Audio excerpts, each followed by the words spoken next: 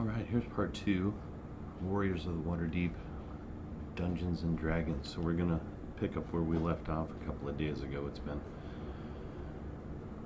just log back into the game.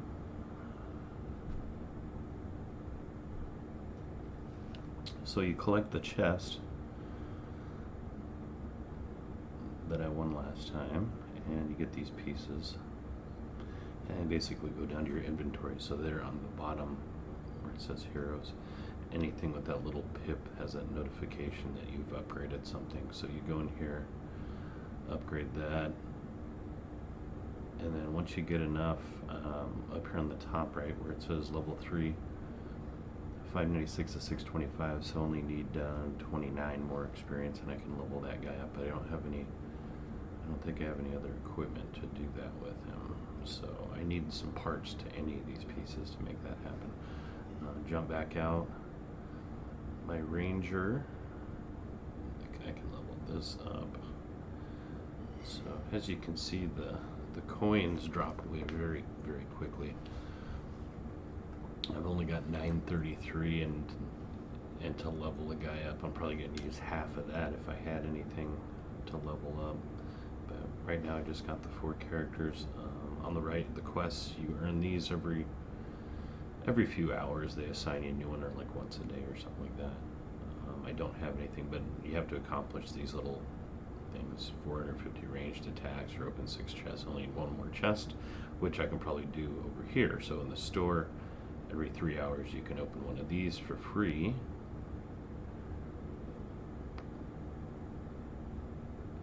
And they're very chintzy with the coins. Only 39 coins on that. Oh, and I did figure out the reason why I was getting VIP rewards is on my other account, which is on the same phone. The same installation of the game is on the same device. I just logged out and logged back in with a new account to start this one for the video. But from what I noticed, it's the installation that gets the subscription. So if you wanted to play 2 accounts on the same device, it looks like you get the reward of your subscription that you pay for, and you get to keep that until it runs out, or you quit paying it or whatever. But you can use it on both accounts or multiple accounts, as many as you want. Rate us now. No, I don't feel like rating. Okay, so we're back to this. We got your event challenges, so you can do these. There's one up at the top.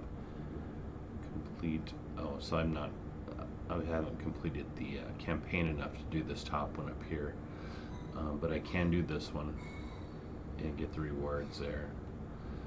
But that's really just the summary of your daily log in and do whatever, and go in, and then here's the store.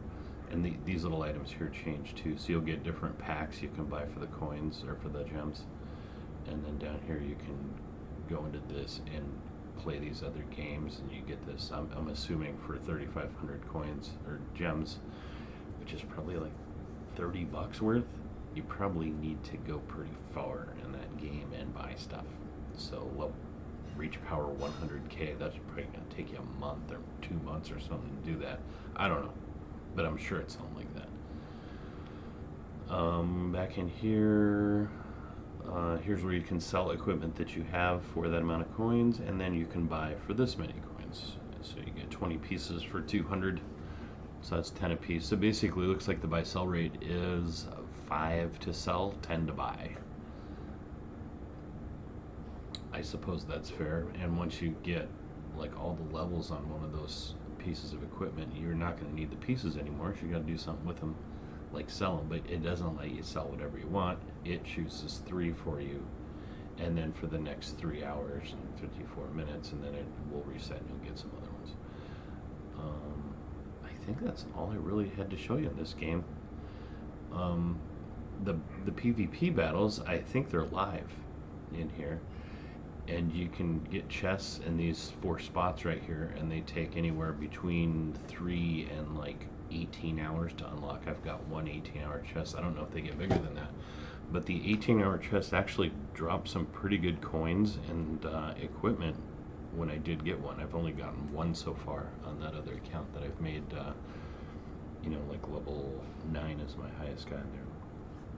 And so And then once you collect enough, each one of the guys you kill in the PvP, you get 1 point towards this chest up here, and you can open, I think, 3 of these a day, and they increase in value as you open them.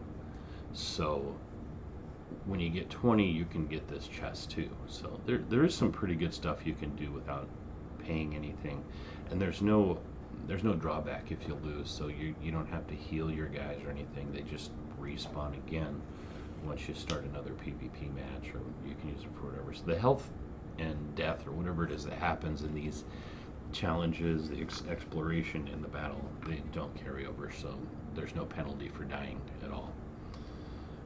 If we go back to explore, so you go through this, and this is where I would unlock that other challenge level. I'd have to go through this, these stages here, and then that one that's next to it, or the one that's above it, and then beat that final boss of that level.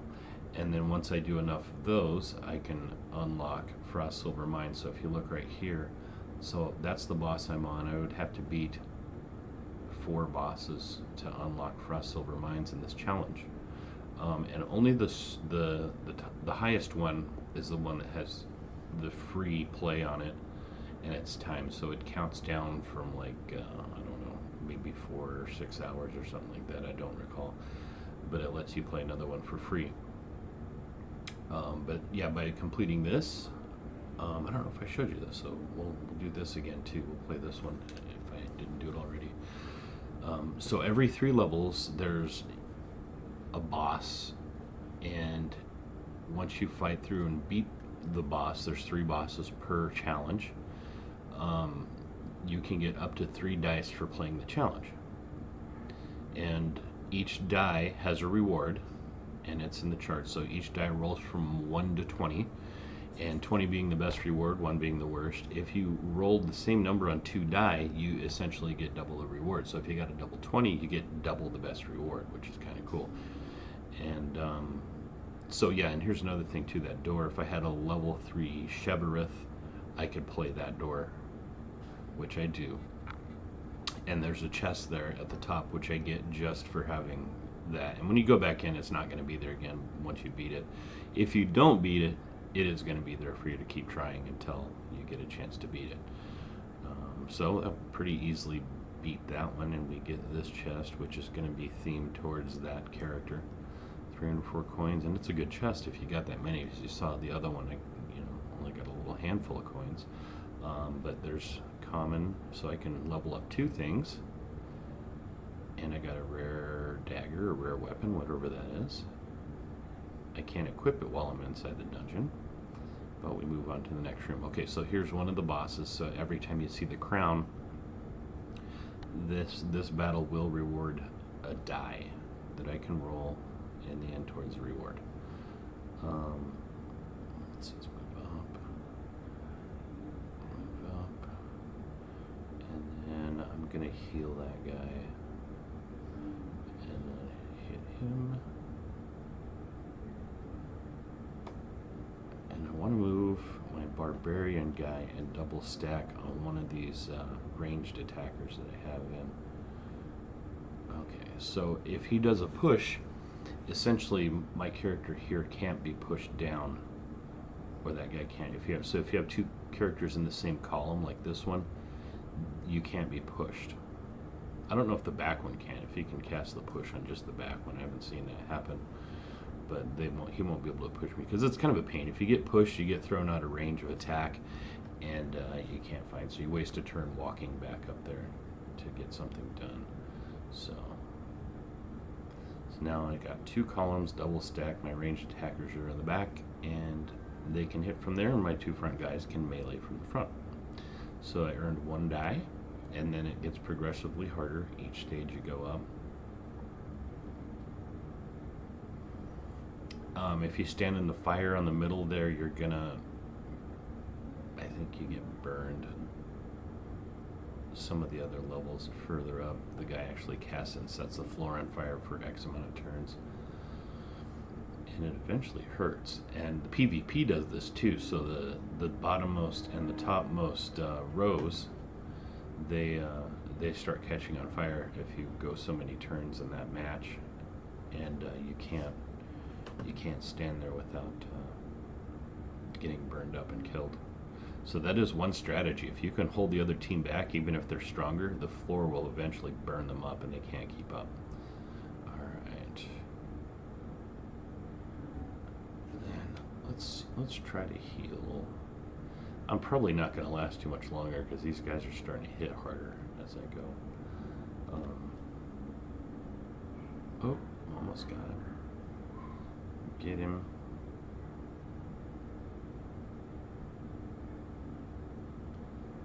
And last guy. I'd be lucky if I can beat and get the second die on this account. I'm just not strong enough. Yeah, so you can tell these things are getting... So once you hit level 5 door here, this level is going to be a level 5 challenger set. Yeah, see all the guys here, see a little number in there. 3 level 5s and a 6 versus my one guy that's already dead and 2 level 3s, so I'm toast on this. And if you know that you're going to die and you just don't want to waste the time, because if you can beat this, you should, because you get experience for passing each stage. I don't know if I'm going to be able to do it though.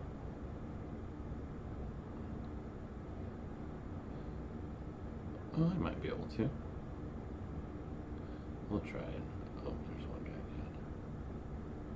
Alright, so I got my 2 ranged attackers left. Ouch, he set the floor on fire, but it didn't stay. Okay, I think I might be able to get him if I use this. Nope, that was weak. Dead. Alright, so it's all up to you, Ranger.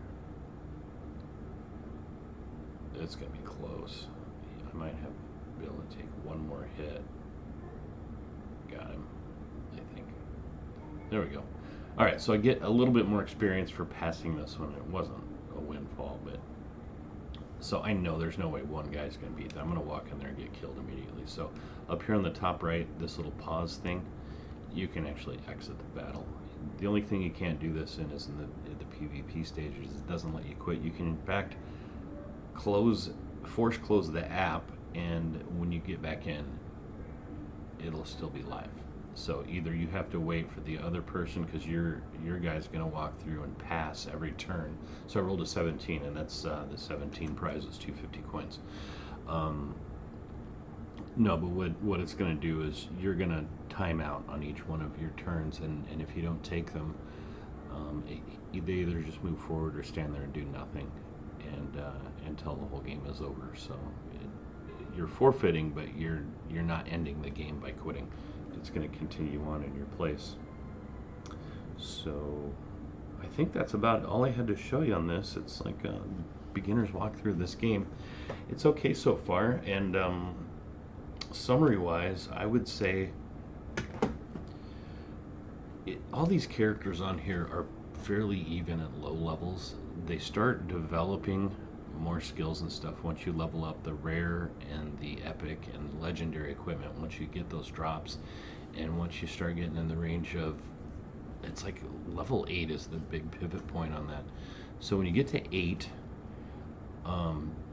all the characters start developing really strong abilities and buffers and debuffers and stuff like that, and it really changes, and you can change your strategy on a lot of stuff. But until then, you're really just throwing damage out and trying to stay alive, and maybe healing and stuff like that.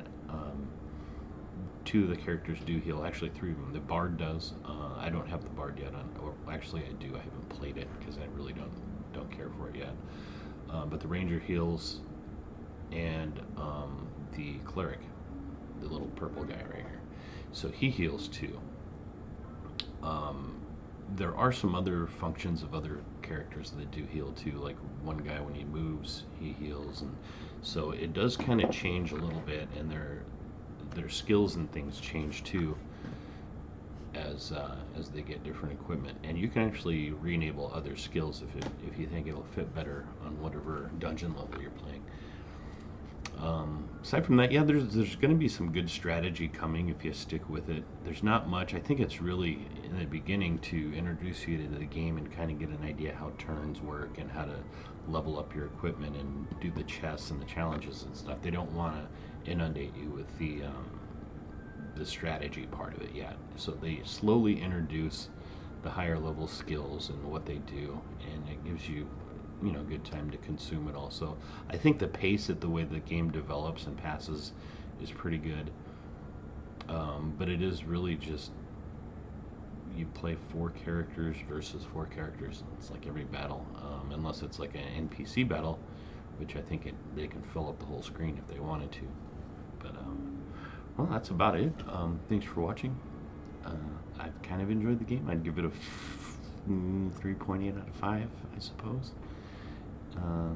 But it definitely is going to get to be pay to play once you get above level 8, from what I noticed. And I did buy a few things, subscription of course. Bought a couple chests and some coins just to hurry things by and not waste a lot of time grinding for stuff. But yeah, I'm probably into it like $50. I don't know if I'm gonna throw any more into there. We'll see. But definitely, if you're gonna buy something, wait for the specials that come up, like on this screen. I didn't buy this, the Naily, but that's like a new character released coming in 2 months, so you can buy it now for 50. I don't really care that much at this point, so you're better off just waiting for the other things. They'll give you a coin special for like $10 or $15, and some cards and stuff that come with it. That's really the best thing you could buy, along with the subscription. So if you played a little bit and you think you like it, or you saw enough in the videos that you think this is your kind of game, yeah, do the subscription. It's probably going to help you get by, because you do run out of coins pretty quickly, and the subscription helps reward you with more coins every time. So, well, that's it. This is Rickety, and thanks for watching.